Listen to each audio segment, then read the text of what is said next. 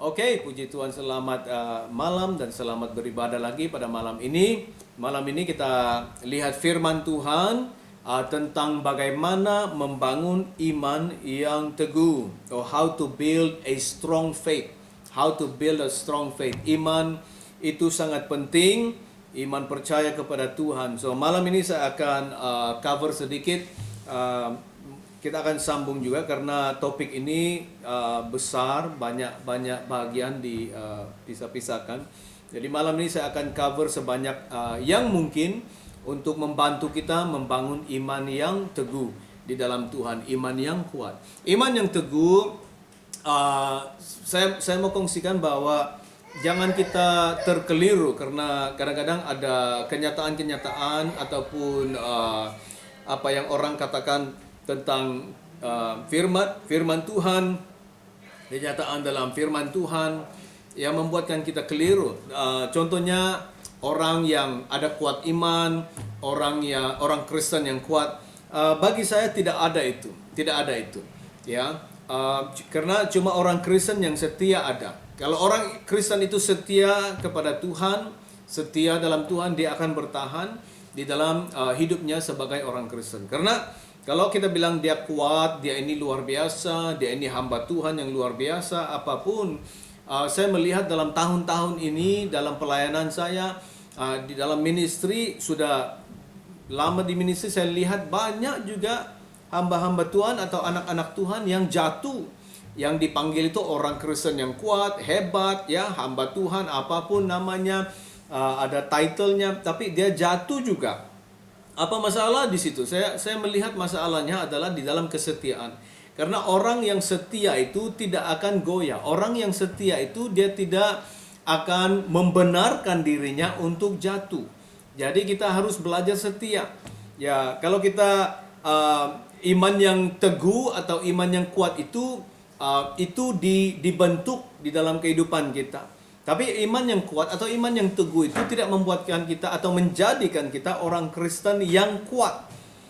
Iman itu membuatkan kita orang Kristen yang setia. Kita setia bertahan di dalam Tuhan, kan? Kita bertahan. Jadi kalau kita setia itu bertahan. Contohnya kalau rumah tangga itu suami istri, ya. Kalau suami istri itu ada kesetiaan, walaupun rumah tangga itu ada masalah, walaupun ada perselisihan, ada pergaduhan, ada pertengkaran, ya kadang-kadang ada lari-larilah begitu kan, tapi dia pulang juga karena ada kesetiaan dalam hatinya.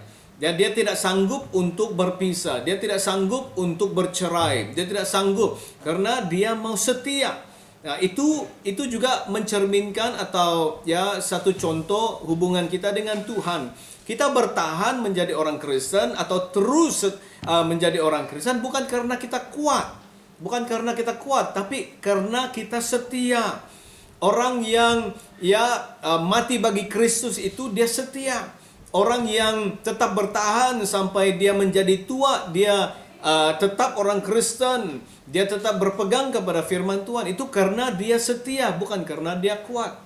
Saya bertahan dalam pelayanan bukan karena saya kuat. Walaupun saya mengalami masalah-masalah dalam ministry, saya mengalami tentangan, saya mengalami orang cakap tentang saya. Ya, saya datang di IPO ini pun, ya baru berapa waktu di IPO, orang sudah mulai cakap, orang sudah mulai tentang, ya, oh kenapa ini orang Sabah datang sini mulakan gereja? Kenapa ini pastor dia ini, bukan dia orang Cina, dia orang Filipino, kenapa dia mulakan gereja? Banyak orang kata begitu, banyak orang buat mengata kita, dia gosip tentang kita, mengalami ada juga orang yang dia cakap-cakap supaya jemaat saya lari. Banyak yang lari dari gereja, banyak yang lari karena mendengar apa orang cakap. Tapi kita mau setia dalam Tuhan. Saya bertahan dalam pelayanan, saya bertahan dalam ministry walaupun gereja kecil karena saya mau setia dengan panggilan Tuhan. Saya mau setia sama Tuhan Yesus. Amin. Jadi kita di sini atau kamu di sana bertahan karena kamu mau setia dengan Tuhan Yesus Kristus. Saya baru bercakap dengan kawan saya di satu pastor di Lahda tuh, Pastor Daniel. Ya, kan gerejanya juga sana cukup lumayan, ada besar, banyak pelayanan mereka itu. Tapi kami bercakap di telepon hari itu, dia video call, dia kata saat ini betul-betul orang Kristen itu diuji. Ya, ini satu ujian bagi setiap orang Kristen karena kan susah mau pergi gereja. Sekarang di Lada tuh gereja tak boleh buka. Jadi setiap orang itu satu ujian bagi dia, sama ada dia setia dalam doa, setia baca firman, setia berjalan sama Tuhan, setia dengan kesaksian dia. Jadi dia sudah hidup sendiri, bukan lagi bergantung kepada gereja. Ini satu ujian. Jadi kita akan bertahan itu kalau kita setia. Nah, iman itu harus dibangun supaya kita boleh bertahan setia di dalam Tuhan. Jadi ini yang kita mau bicarakan di dalam sesi ini, membangun iman yang teguh. Bagaimana membangun iman yang teguh? Kita lihat dulu apa itu iman. Iman itu apa? Apa maksudnya iman? What is faith? What is faith? Apa itu iman? Iman itu adalah suatu tindakan kita percaya. Ya, kita mempercayai atau percaya dan komitmen kepada orang yang kita percayai itu. Kalau dalam hal Tuhan, itu adalah tindakan kita untuk percaya dan memberi komitmen kepada Tuhan. Itu iman. Iman itu adalah kita punya sistem kepercayaan kita. Dia satu sistem dalam kehidupan kita. It's a belief system. It's a belief system. So iman itu adalah sistem kepercayaan kita. Karena iman itu membentuk satu sistem di dalam kehidupan kita. Inilah kepercayaan kita. Inilah tindakan kita karena ini yang kita percaya. Inilah cara hidup kita karena ini yang kita percaya. Jadi itu menjadi satu sistem di dalam kehidupan kita. Faith is our belief system. Iman itu ada ekspresi. Ya, faith has expression. Ya, dan iman itu ada dia diekspresikan melalui kita punya harga diri, the value system, harga diri kita, dan juga cara hidup kita. Jadi di situ iman kita itu apa saja imanmu, apa saja kepercayaan orang itu. Ada orang percaya begini, ada orang percaya begini. Jadi apa yang kita percaya itu menentukan kita punya harga diri, menentukan kita punya cara hidup. Kenapa dia punya cara hidup begini? Kenapa dia orang ini dia senang untuk contohnya kan ya yang kita dengar berita teroris. Ya, kenapa dia senang mau bunuh orang? Kenapa dia senang mau simpan bom di dalam badan dia dan meletupkan dirinya? Karena itu imannya, itu dia punya sistem kepercayaan, dia punya belief system. Karena di situ dia dibentuk, di situ dia dibesarkan. Jadi karena itulah dia punya kepercayaan, itulah cara hidup dia. Dia bom sini, dia bom sana, dia tangkap orang sini, dia pergi bunuh, bawa dalam hutan dia bunuh, dan dia percaya kalau dia buat itu dia memuliakan dia punya Tuhan, kan? Nah, itulah dia punya belief system. Tapi sama orang Kristen seperti kita, iman itu membentuk satu sistem kepercayaan dalam diri kita dan juga cara hidup. Inilah cara hidup orang Kristen. Kenapa orang Kristen itu dia orang baik-baik? Karena itulah dia punya iman, dia punya belief system. Kenapa orang Kristen itu sabar? Karena itulah dia punya sistem kepercayaan yang di dalam dirinya. Itu yang diekspresikan. Alright? Iman itu juga adalah kita punya tool ya. Iman itu adalah kita punya tool untuk membuka ya, seperti satu kunci. Iman itu seperti satu kunci yang membuka Tuhan punya berkat yang luar biasa dan juga belas kasih Tuhan dalam kehidupan orang Kristen. Jadi kalau kita membentuk iman, membangun iman, itu menolong kita untuk membuka dia sebagai kunci, untuk membuka kemurahan Tuhan, untuk membuka berkat Tuhan di dalam kehidupan kita. Nah, saya mau kita lihat iman itu diekspresikan bagaimana. Ada beberapa perkara di sini.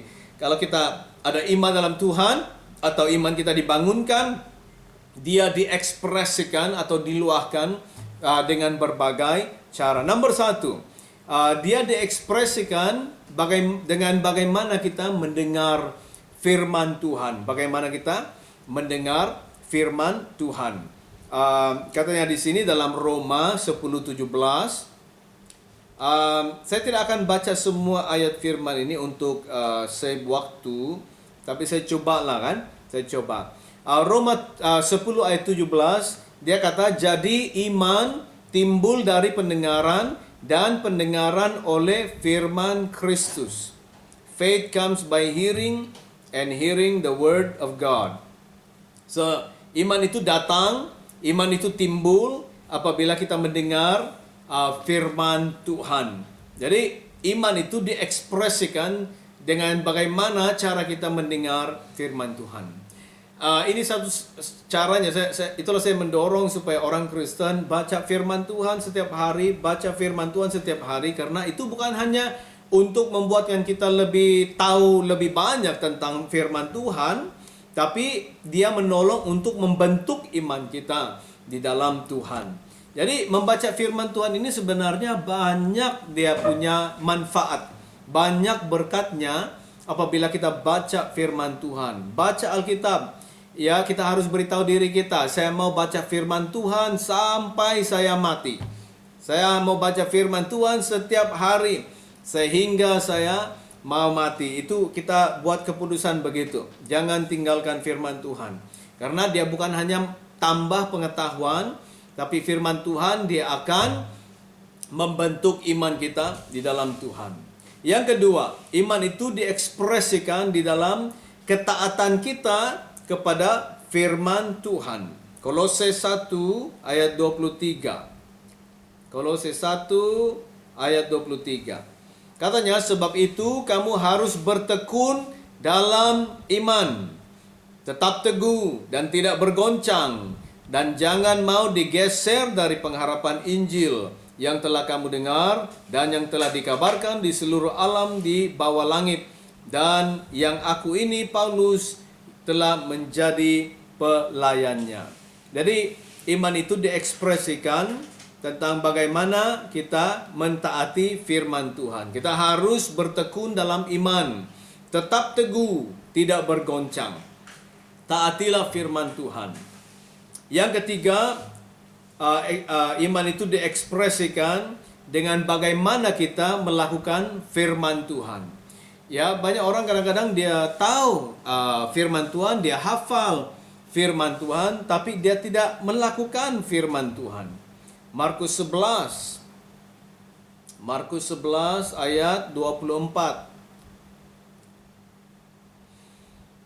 Kata Yesus, karena itu aku berkata kepadamu, apa saja yang kamu minta dan doakan, percayalah, itu iman, bahwa kamu telah menerimanya, maka hal itu akan diberikan kepadamu. Kita harus melakukan firman Tuhan atau bertindak, ya.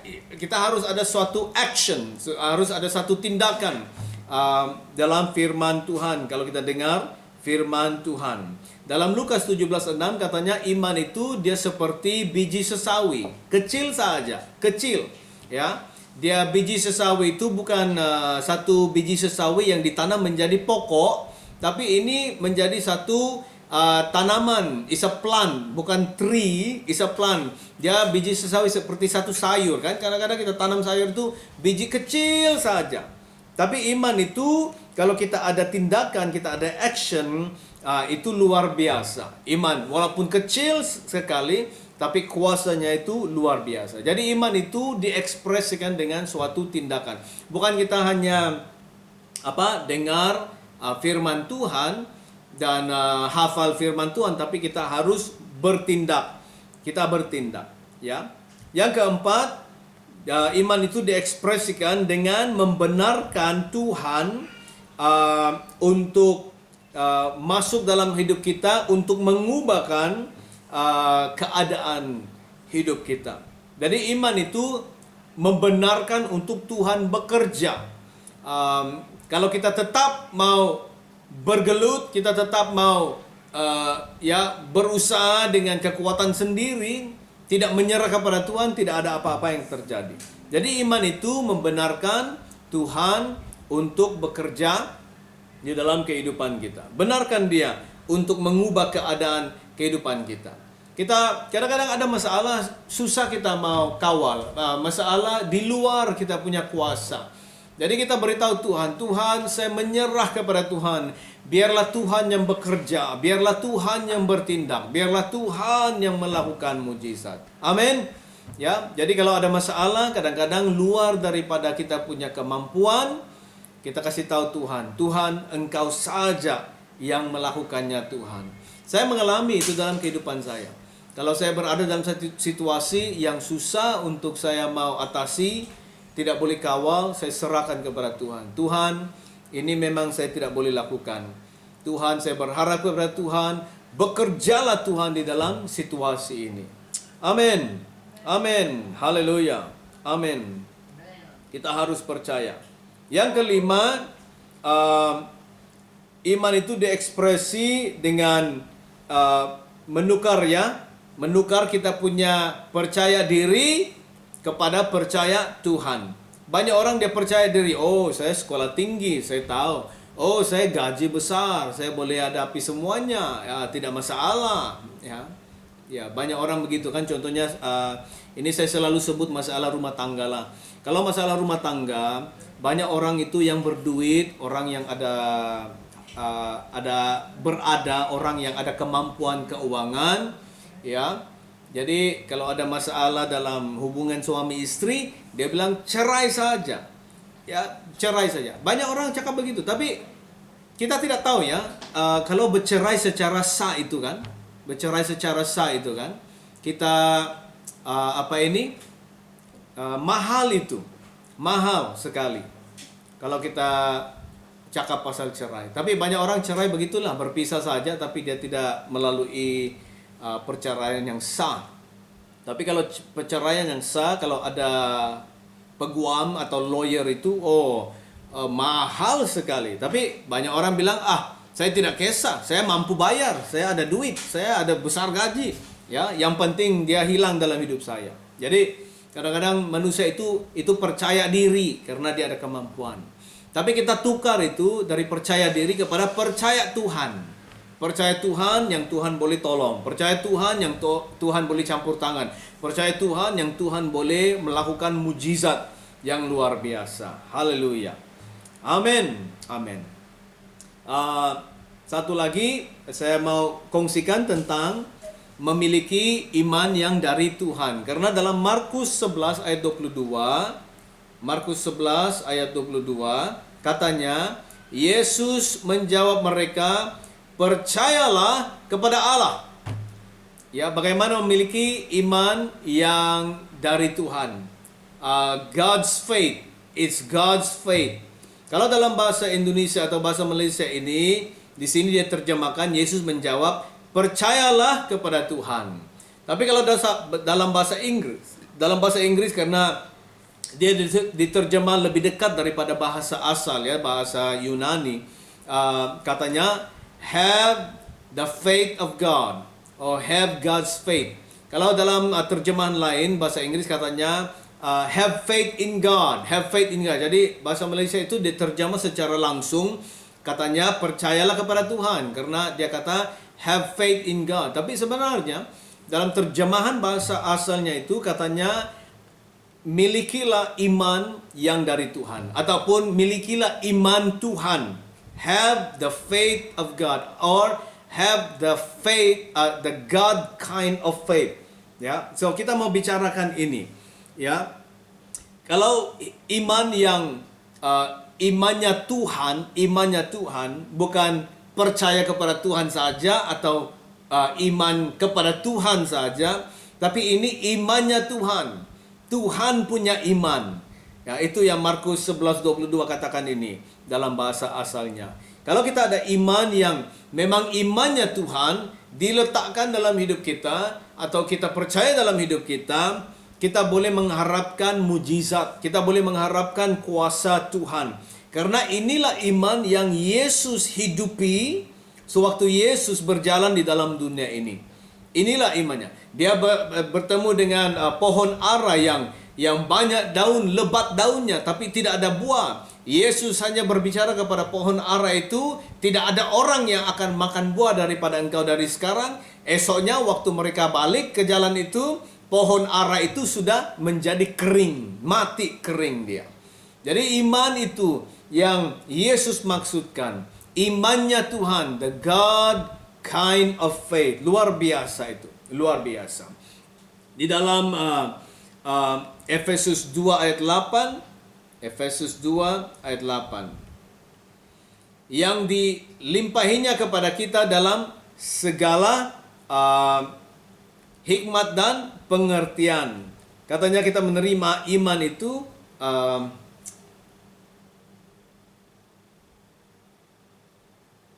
ya. 1 Korintus 12:9 kita baca juga itu. 1 Korintus 12:9. Katanya kepada yang seorang roh yang sama memberikan iman, dan kepada yang lain ia memberikan karunia untuk menyembuhkan. Jadi iman itu inilah roh iman yang Yesus maksudkan, imannya Tuhan. Karena ini juga yang diberikan Roh Kudus kepada orang-orang percaya, memberikan iman yang percaya, iman yang boleh mengharapkan mujizat kuasa Tuhan terjadi. Bagaimana kita memiliki imannya Tuhan atau the God kind of faith? Yang pertama, kita harus membenarkan Tuhan untuk mengubahkan pemikiran kita. Change our mindset. Banyak orang dia percaya Tuhan, berdoa kepada Tuhan, tapi dia mau Tuhan melakukannya atau menjawab doanya menurut apa yang dia pikirkan. Ya. Tapi kita jangan begitu. Kita membiarkan Tuhan, benarkan Tuhan bekerja. Ubahkan pikiran kita. Mengubahkan. Kadang-kadang kita susah mau percaya, tapi itulah cara Tuhan. Kita ikut cara Tuhan, bukan cara kita. Yang kedua, kita harus membenarkan Tuhan untuk mengubahkan hati kita.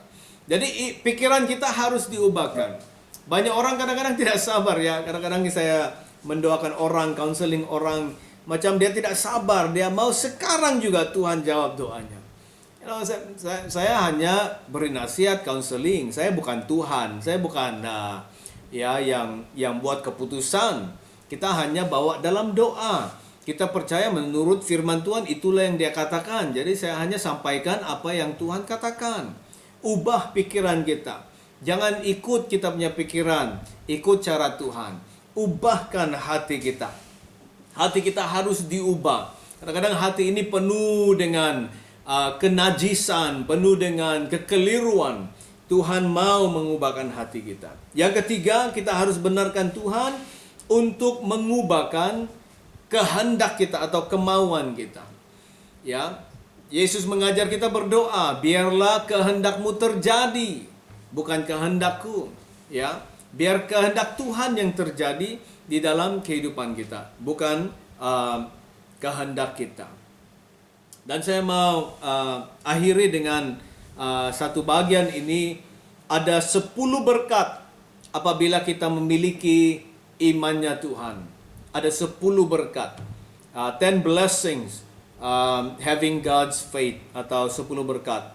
Kalau kita ada iman ini dibentuk dalam hidup kita, imannya Tuhan yang Yesus miliki sewaktu dia berjalan dalam dunia ini, ada 10 berkat, ya, 10 blessing. Yang pertama, keselamatan atau salvation. Kita diselamatkan, dosa-dosa kita diampuni, dan kita menerima hidup yang kekal. Itu yang pertama, dan saya pikir itulah yang utama dan yang luar biasa lah, yang mujizat yang terhebat yang pernah akan terjadi dalam kehidupan kita, karena kita percaya kepada Tuhan dan memiliki iman ini. Ini yang dihasilkan pertama. Ini buahnya yang pertama, memiliki imannya Tuhan. Kita menerima keselamatan. Keselamatan ini dalam Yesus sangat berharga. Itulah kita harus setia sama Tuhan, berjalan bersama Tuhan, kasihi Tuhan dalam hidup kita. Berkat yang kedua, kita akan memiliki buah Roh Kudus. Dalam Galatia 5 dari ayat 22 hingga 23. Buah Roh Kudus itu terhasil di dalam kehidupan kita. Nah, banyak orang Kristen kan, kalau kita lihat di sekeliling kita, banyak juga orang Kristen yang pergi gereja, banyak orang Kristen juga yang pegang Alkitab itu, tapi tak ada buah Roh Kudus. Tiada buah Roh Kudus. Coba tengok cara dia punya cara hidup. Lihat dia punya cara percakapan. Lihat cara dia punya action atau tindakan dalam kehidupan dia, kelakuan dalam kehidupan dia. Tidak ada buah Roh Kudus. Nah, berbeza sekali kepada orang yang ada imannya Tuhan ini yang dibangun, dibentuk karena terhasil buah Roh Kudus dalam kehidupan dia. Yang ketiga, kita akan diberikan karunia-karunia Roh Kudus. Kan? Banyak orang Kristen dia berjalan di situ, dia rajin juga pergi gereja, rajin juga berdoa, tapi tidak ada manifestasi karunia Roh Kudus. Ada 9 karunia Roh Kudus kan dalam 1 Korintus 12 ayat 8 hingga ayat 11. Ada 9 karunia Roh Kudus dan itu untuk orang Kristen. Tapi banyak orang Kristen kalau kita lihat dia rajin pergi gereja tapi tak ada manifestasi karunia Roh Kudus biar 1 atau 2 pun. Sekurang-kurangnya orang Kristen dia ada manifestasi karunia Roh Kudus dalam kehidupan dia. Karunia Roh Kudus. Apa karunia Roh Kudus itu? Kalau kita lihat ya 1 Korintus 12 dari ayat 8. Katanya, sebab kepada yang seorang Roh memberikan karunia berkata-kata dengan hikmat. Ada karunia Roh Kudus, dia berikan hikmat. Dan kepada yang lain, Roh yang sama memberikan karunia kata-kata pengetahuan. Kepada yang seorang Roh sama memberikan iman. Kepada yang lain, dia memberikan karunia untuk menyembuhkan. Ayat 10, kepada yang seorang Roh memberikan kuasa untuk mujizat, mengadakan mujizat.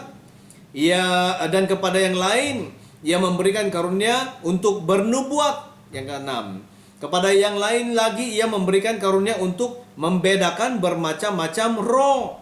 Kepada yang seorang ia memberikan karunia untuk berkata dengan bahasa roh.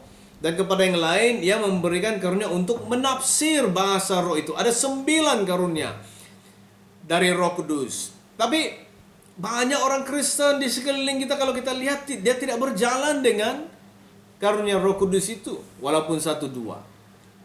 Tapi kalau kita ada iman yang dari Tuhan, dia berikan kita karunia-karunia Roh Kudus. Yang keempat, dia memberikan kita suatu enlightenment ataupun suatu pengertian karena Roh Kudus. Efesus 1:18. Enlightenment. Yang kelima, dia memberikan kita roh adoption ataupun dalam bahasa Alkitab katanya diterima sebagai anak. Kalau bahasa Malaysia kita bilang itu dijadikan anak angkat, tapi adoption itu memang dia maksudnya anak angkat kan, diambil sebagai anak angkat, tapi di dalam bahasa asalnya itu maksudnya diterima sebagai anak. Jadi kalau iman kita dalam Tuhan Yesus itu, kita diberikan roh, diterima sebagai anak atau the spirit of adoption di dalam Tuhan. Kita menjadi anak-anak Tuhan. Nah, kita harus ingat ya, semua orang Kristen itu percaya Tuhan, tapi bukan semua orang Kristen itu anak Tuhan. Ya, banyak juga anak hantu itu. Haleluya. Yang ke-8, kita diberikan roh kekudusan atau kesucian kalau kita ada imannya Tuhan. Yang ke-7, kita akan ada jalan kepada Tuhan. We have access to God. Kita boleh datang kepada Tuhan, keluar masuk di dalam Tuhan karena iman kita dalam Tuhan kan. Dalam Ibrani 11 itu ayat 5, ayat 6 katanya tanpa iman tidak mungkin kita berkenan kepada Tuhan. Yang ke-8, kita akan memiliki, kita menjadi waris kepada janji-janji Tuhan. Jadi janji-janji Tuhan itu milik kita kepada orang Kristen yang imannya itu dimiliki oleh Yesus, imannya Tuhan. Jadi kita boleh klaim, kita boleh tuntut janji Tuhan. Luar biasa. Yang ke-9, kita dilepaskan daripada murkanya Tuhan. Bukan Tuhan marah saja karena orang berdosa, tapi murka. Murka Tuhan itu adalah penghakiman. Waktu penghakiman Tuhan itu murka Tuhan. Kita bebas, kita dilepaskan dari murka Tuhan. Dan yang ke-10, kita diberikan perlindungan ataupun Yesus pelihara kita. Pelihara kita. Luar biasa. Ini 10 berkat kalau kita memiliki imannya Tuhan. Ada satu orang berkata yang bernama di sini Sir William Osler. Dia berkata, without faith a man can do nothing. With all things are possible. With it all things are possible. Katanya, tanpa iman manusia itu tidak boleh berbuat apa-apa. Tetapi dengan iman dia boleh melakukan segala sesuatu. Jadi kita harus terdoronglah untuk kita ini menjadi anak Tuhan yang berhasil, anak Tuhan yang sukses. Kita harus bentuk iman, memiliki iman Kristus, mengerti apa iman itu dan berjalan di dalam iman. Haleluya. Puji Tuhan. Amin. Amin. Nah, minggu depan saya akan sambung dengan kuasa iman yang berkata-kata. Ya, iman itu membuatkan kita berkata-kata. Iman itu membuatkan kita mendeklarasikan, mengistiarkan. Jadi kalau kita ada iman itu dibentuk, dia membuatkan kita itu untuk mendeklarasi atau berkata-kata kepada situasi kita, kepada masalah, untuk masa depan kita percaya mendeklarasikan. Ya, jadi inilah kehidupan orang Kristen.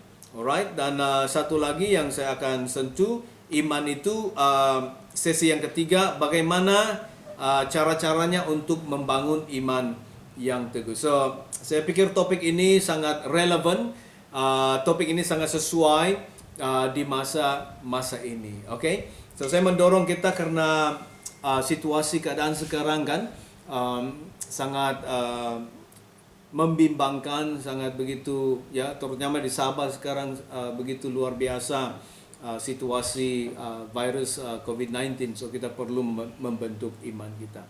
Haleluya. So teruskan berdoa, saya dorong kita berdoa. Walaupun kita tidak berdoa panjang, tidak berdoa 1 jam, 2 jam, 3 jam, ya, tapi saya mendorong kita untuk berdoa setiap hari. Arahkan hatimu kepada Tuhan. Serahkan hidupmu, serahkan hari-harimu kepada Tuhan. Dan saat kamu bekerja, buat aktivitas apapun di rumah, di tempat kerja, jalan apapun, biarlah Tuhan sentiasa di hatimu. Ingatlah Tuhan menyertaimu. Biarlah kita selalu sadar akan hadirat Tuhan dalam kehidupan kita. Jangan tinggalkan Tuhan. Saya pikirkan Tuhan itu dia suka, senang Tuhan, ya, bahasa Indonesia, dia senang atau gembira, ya. Tuhan itu senang, dia suka apabila kita memikirkan tentang dia setiap hari. Haleluya. Puji Tuhan, puji Tuhan. Saya mau akhiri di sini firman Tuhan malam ini. Oke? Puji Tuhan. Tunggu sekejap, saya off video dan saya akan kembali. Give me a minute.